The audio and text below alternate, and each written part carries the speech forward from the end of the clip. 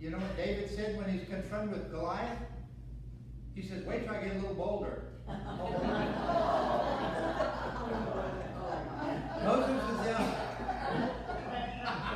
Moses was the only one who broke all 10 commandments at one time. And when they asked Joseph of Arimathea, how could he loan his new tomb to somebody? He said, oh, he only needed it for the weekend.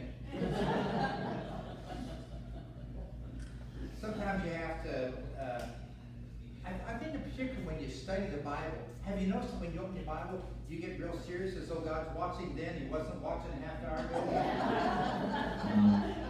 ago? I think we need to approach the Bible a little more as though we're really telling the best stories available. And I've told one particular story, well, several stories, but I'm gonna tell it again today because in the telling of stories, we get something out of that. That's why God recorded stories. He said these things have been written for your instruction. Okay, so these aren't just stories; they're there for a purpose. And I want to back up and kind of go through this story of Jacob. I want to expand a little bit on one part of the story that I probably haven't told in the past. But you remember there's from the beginning there was God, and then there was Noah, and then there's this guy called Abram, A-B-R-A-M. God made covenant with him, then he becomes Abraham. Out of the Ur of the Chaldees, and then you settle down, it comes to a place where God says, take a look, east and north and south and west, and as far as you can see, that's going to be yours. Your descendants are going to be like the stars of the sky, and I'm going to bless all the nations through you. That's Abraham, man of faith. He believed God, and it was counted him as righteousness. Can you say man of faith? I mean, I grew up knowing that. Abraham, he was sort of one of the heroes of the faith, right? Abraham, Isaac, and Jacob. But when you go to the story of Isaac, I mean, here's Abraham, and he believed God, and God told him he was going to have a child, and he didn't have a child, and then he had Ishmael, but no, you're really going to have, you and Sarah, you're going to have a child. Believed God for that, had Isaac, right? And then you have Isaac, and Isaac, what did Isaac do?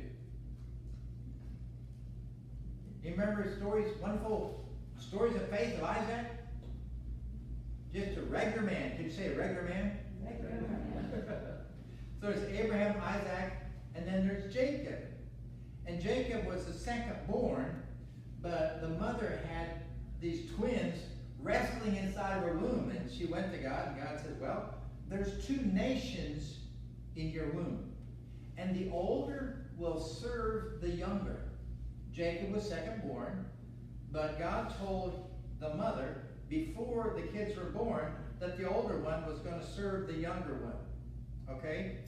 And she liked the younger one better. Dad liked the older one. The older one was a hunter. He was a man's man. He was also very, very hairy. Apparently as hairy as a young goat would be.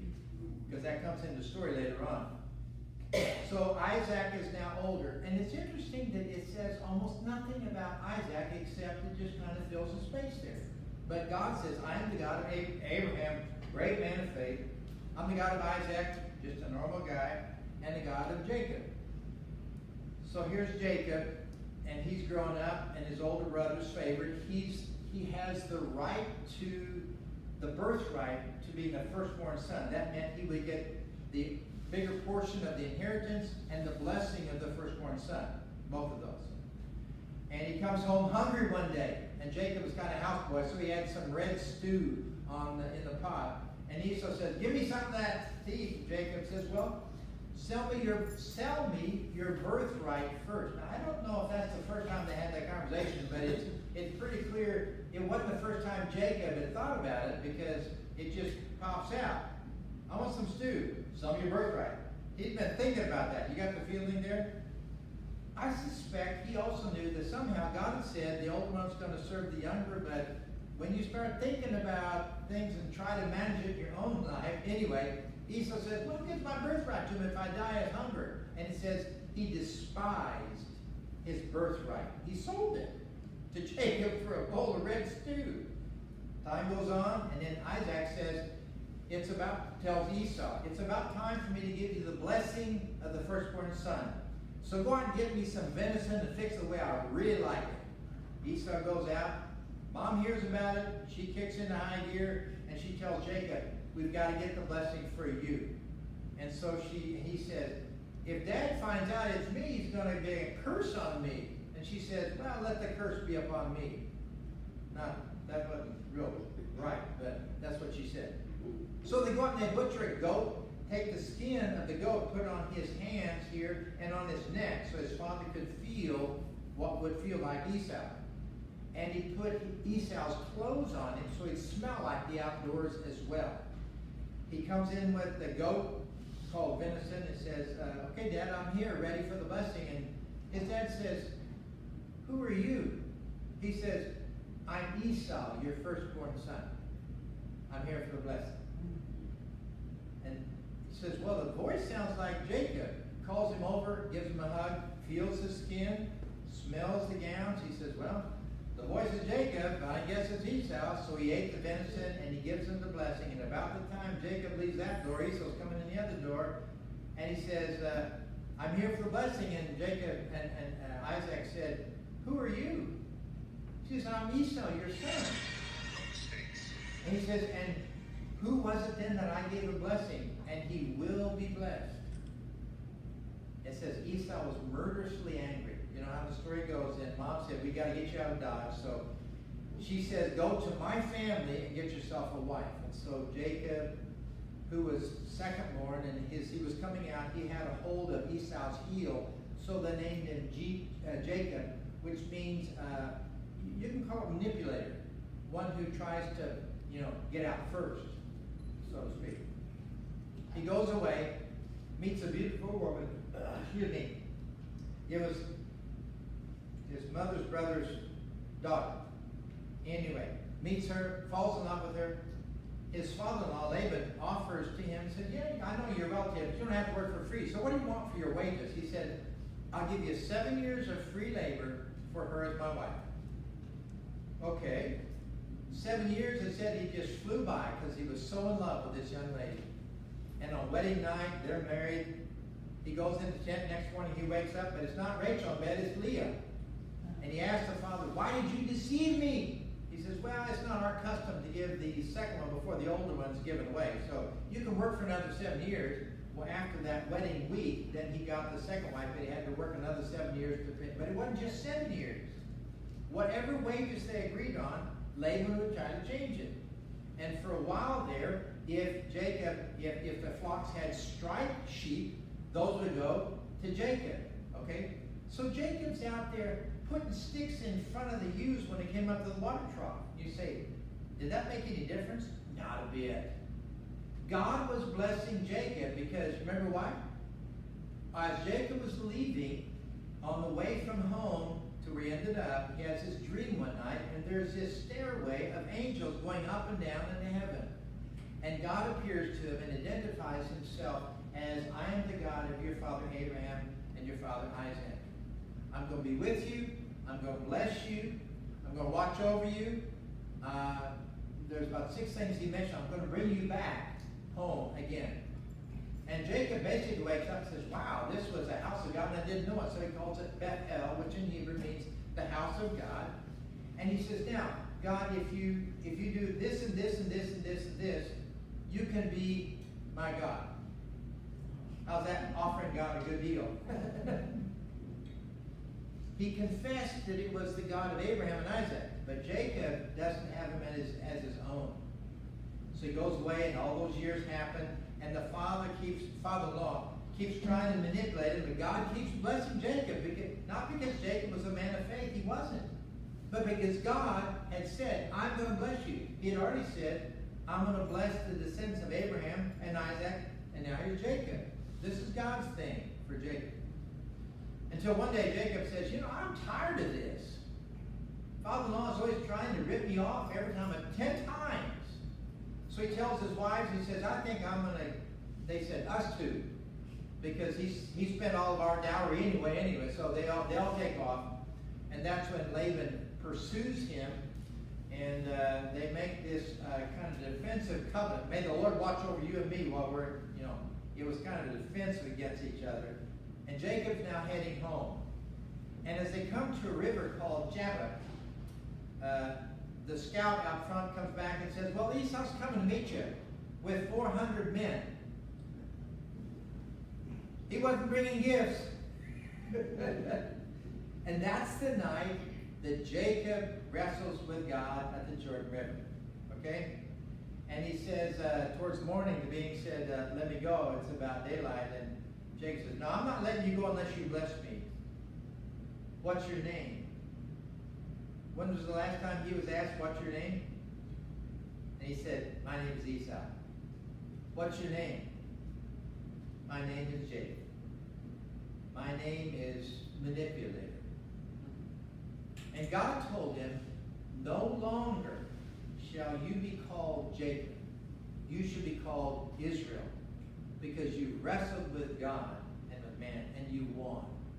So his name was changed to Israel. And God's in the habit of changing names. Abram to Abraham. And his name is different. Sarai to Sarah. Her name means something different. Later on, Saul to St. Paul. Peter, okay, Simon to Peter, etc. And with that change of name goes a meaning. And the meaning is always because God, in his gracious choice, decided to intervene in someone's life and confront them and to bring them a different direction and then bless that direction rather than the direction they were going. So God said, no longer shall your name be called Jacob. Your name shall be called Israel. Got it? Okay, let's fast forward then 400 years. We're now with Moses. And God's talking to Moses. And God identifies himself to Moses. I am the God of Abraham, Isaac, and Jacob. Wait a minute, I thought God said, no longer will your name be called Jacob, your name should be called Israel. Why didn't God say, I am the God of Abraham, Isaac, and Israel? Because it wasn't going to call Jacob Jacob anymore. Why do you think? That's the question. Why did God tell Moses, I am the God of Abraham, Isaac, and Jacob? Well, let me back up a little bit. Here's Abraham. He's going to go south to Egypt. They get down there and he says to his wife, who apparently was pretty, she was a good-looking broad. She was beautiful. And he said, you know, they're going to kill me to get you. Why don't we tell everybody you're my sister? Well, took him in the palace, and one day the king's looking up, and he's seeing Abraham hug her, not like his sister, and he said, why'd you tell me that was your wife? He says, God could have been after me. He does it a second time. As if he didn't get beat up by Sarah enough the first time. You know what Isaac did? He did the same thing. Have you noticed that sometimes in families? One generation, the next generation. Exodus 20, when it explains the commandments, I'm a jealous God, visiting the sins of the fathers upon the children to the third and fourth generation. And one day, a long time ago, it hit me. I am the God of Abraham, Isaac, and Jacob, which means I am the God of 3 dysfunctional generations. In that case, I fit. If he's been a great man of faith, I'm not sure I would as easily think that God can be my God. But if God really is the God of people who have failed also, no question about Abraham being a man of faith. But being a man of faith doesn't set you free from the struggles we have. It doesn't set you free from failures. It doesn't set you free from messing up. And it's written down. I mean, you can read the stories yourself. It's written. We know that too. We know how Abraham failed. And so did Isaac. So who's God introducing himself to? Moses? A murderer? Who had been eloquent before, but after 40 years in the desert, he's now nobody. Doesn't think of himself as capable of being used by God at all. And he starts arguing with God. He says, I'm a stutterer. I can't talk. And God keeps bringing him back. I've sent you to go with him. And I thought about that story, and I believe the reason why God, in introduced himself to Abraham, to Moses as, I'm the God of Abraham, Isaac, and Jacob, is because Jacob really messed up.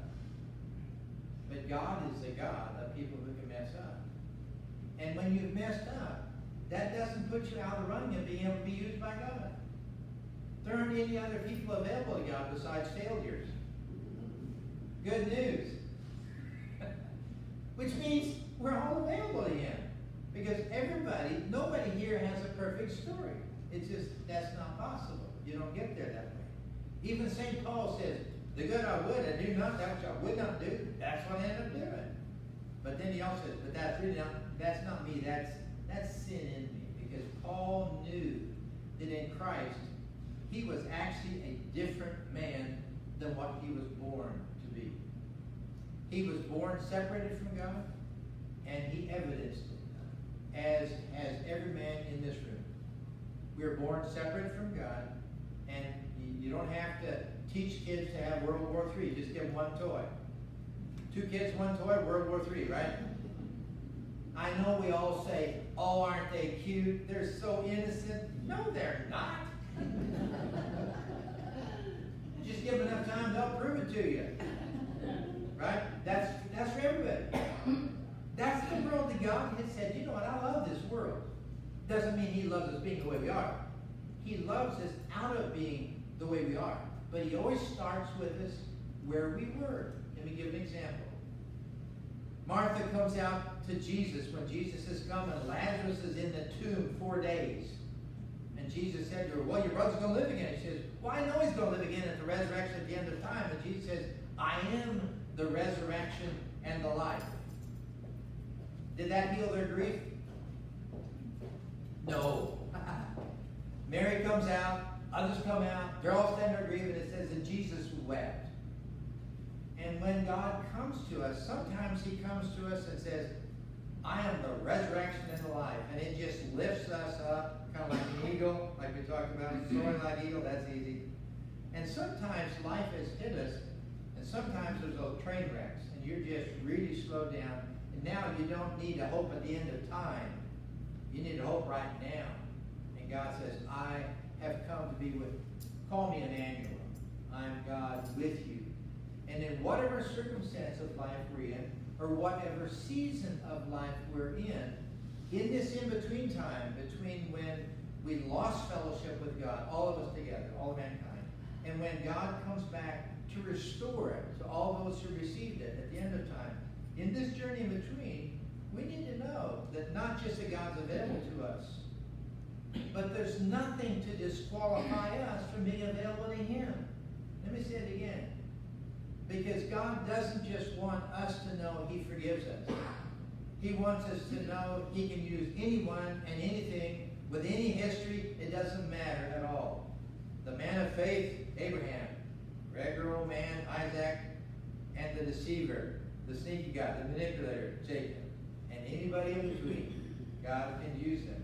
He came to be the God of people who are in this in-between time. Now, we know the day is going to come where God is going to make all things new again. That day's going to happen. I kind of hope it happens soon. I'd rather go out running. But He hasn't guaranteed me that. So I keep running so far. But I know that whether or not He comes now or later, He's going to come again. Because His hope and His goal in us is during this meantime, what He purposed from the beginning, which was the Garden of Eden, fellowship with Him in His presence. That's what He wants to restore again. And we're His agents now to everybody else who's here, that there's a hope for us beyond this life. That there is a resurrection from the dead, just like He was resurrected from the dead. He did die. So the gospel message that the church has had from the very beginning is Jesus is the Christ. All those Old Testament prophecies show Jesus, the Jesus of Nazareth. He is the Christ. Number 2, He came to establish God's rule. He came to establish the kingdom. He preached the gospel of the kingdom. Number 3, He would die, and He did. He would rise again, and He did. And so he leaves us with those three imperatives. Repent, believe in the gospel, and follow me. And in that following of him, everybody's qualified. If you're breathing, you're qualified. As a matter of fact, if you're breathing and not conscious, you're still qualified. We had a lady some years ago that was in a coma for 6 months. And she came to, she called for the doctor, gave him a royal chewing out because he would bring teams of students by and talk about it. She says, you talked about me like I was a piece of meat. And she would tell him conversations he had had. She was aware, and she was conscious of what, she couldn't respond, she was unconscious, but I thought, man, I'm glad I didn't say something bad. Yeah. I think we're just a little bit too much like this sometimes in how we think of the stories of the Bible. We get just a little bit, maybe a little bit too spiritual. These are real stories about real people who had real problems and messed up, in some cases, really, really bad. King David, a man after God's own heart, has an affair, got her pregnant, killed her husband. I mean, how bad can you get? And he's referred to as an example of the faith because when he got it, and he turned. And that's the hope that God tells us of healing our country. Did you know that? 2 Chronicles 7:14. If my people, who are called by my name, will humble themselves and pray, and turn from their wicked ways and seek my face, I'll hear from heaven, forgive their sins, and heal their land. The Esau's of our life are not the problem. When Jacob got right with God, God could take care of Esau. And so Proverbs 16:7 says, when a man's ways are pleasing to the Lord, even his enemies will be at peace with him. I'm puzzled over that. It means, at least on my end, my circumstances do not determine how anxious I am. In fact, the second service just kind of popped in my head, and I started the second service saying, you know what anxiety is? Anxiety is when your world's not behaving the way you want it to. And this morning I woke up early. Too early. I was supposed to still be asleep. You know one of those mornings where you needed to get the rest, but you woke up at 5 instead of 7:30? And I said, I'm awake. And I think the Lord said, that world can include you. Because I was kind of anxious about stuff that I don't have done, and I don't know when I'm going to have time to get it done, and I might have bit off more than I can hide. Whatever it is, I think the Lord kind of added me to the world. It's not just my world out there that isn't behaving the way I want it to. I don't always behave the way I want to. And when I focus on that, I can get anxious. It's like the Lord told me, anxiety is when your world's not behaving the way you want it to. But when we can let go and trust that God can be with us, use no matter what the situation is to develop the character of Christ, then we can trust. He really does want to, whatever happens, whatever circumstance, glorify God, serve other people, and develop the character of Jesus. That's just kind of a given in life. The more I'm confident about that and clear about that, it really helps me day by day. By the way, the word says, fretting leads to all kinds of evil. That's a suggestion. Don't do that. Unless you like evil, I guess then you could. I guess that's always an option. Some people choose that. But when you get to know better, that really helps. Because as a man believes in his heart, so is he. That's a verse in the Bible. So I'd like to pray today that God would show every one of us here that he would like for us to know that he wants us to be able to let him for whatever he would like us to do. Can I pray that for us? Father, I ask that you give us your spirit, the revelation by your spirit, to know that it doesn't matter where we've come from, what we've done, or where it is that along the way that you met us. Some have met you, Lord, early on and have walked faithfully and well, not without failure, but have walked well. Others have spent a lot of time in life spinning their tires and sowing their wild oats, only to realize at a later point in life how how good and how gracious and compassionate you are, and sometimes live with regrets of a life that wasn't turned to you sooner. But you want us to know, Lord, that you come to be with us where we are because you don't expect us to get to be where you are before you bless us. You blessed Jacob a lot of years before he ever came home to place his confidence in you. And you want to meet us where we are because you desire to bring a blessing to others through us. So help us to see that it doesn't matter where we've been or who we are, what we've done. We don't qualify except through our failures to be used as an instrument by you to establish your kingdom, to serve other people, and to develop the character of Christ. And so we thank you, Father, that that's your will and your purpose from the beginning. And you tell us we can come to your throne of mercy to find grace to help in time of need. And so we do. We ask, Lord, that you work in us what we cannot achieve on our own. We pray it, Lord Jesus, in your name. Amen. I'd like to just say that last week, you told the story about the lady in the hospital that said all we have to do is trust in Jesus and relax. And I've told that to a number of people this week. But I thank you for that because that was a good thought for the day. Well, hold if you're watching. Love Jesus and relax. It's getting around. Yes, it is.